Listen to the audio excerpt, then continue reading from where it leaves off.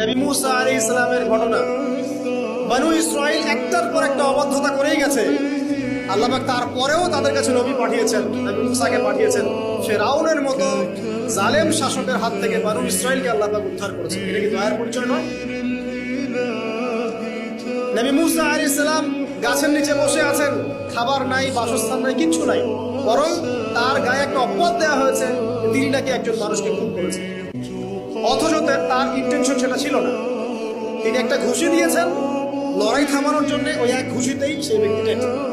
এবার তিনি গাছের নিচে বসে দোয়া করছেন, রব্বি ইন্নী লিমা আনজালতা ইলাইয়া মিন খায়রিন ফাকির। আল্লাহ, আমি নিঃস্ব অসহায় হয়ে এখানে বসে আছি, তুমি আমার উপর তোমার যে রহমত পাঠাবে আমি তার ভিখারি হয়ে বসে আছি। দোয়া করার সাথে সাথেই ওই শুআয়ব আলাইহিস সালামের মেয়ে হেঁটে হেঁটে চলে আসে। তিনি স্ত্রী পেলেন, তিনি শ্বশুর পেলেন, একজন নবী পরিবার পেলেন, বাসস্থান পেলেন, চাকরি পর্যন্ত পেলেন। 8 বছর তিনি রাখালি করেছেন শুআয়ব আলাইহিস সালামের ফার্মের মধ্যে। দয়া মুহূর্তেই চলে আসবে, শুধু আল্লাহর দিকে অভিমুখী হলেই হয়, এগুলো দয়া।